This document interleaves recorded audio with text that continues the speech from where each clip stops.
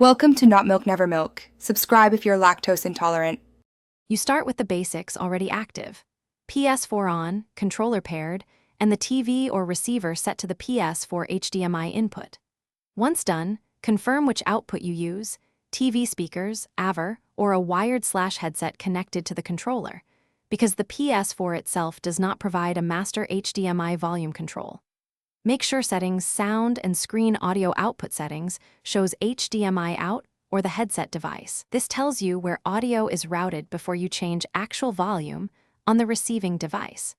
Next, route audio correctly inside the PS4 so you can control volume externally. Go to Settings, then Sound and Screen, then Audio Output Settings. Choose HDMI out or optical depending on your hookup. If you use a headset, go to Devices, Audio Devices, and set output to headset connected to controller and adjust volume control headset. Once routed, the PS4 hands audio to the TV/receiver/headset, which is where you will raise the sound. This routing avoids confusion if volume changes don't work. Finally, increase the actual volume on the device receiving audio.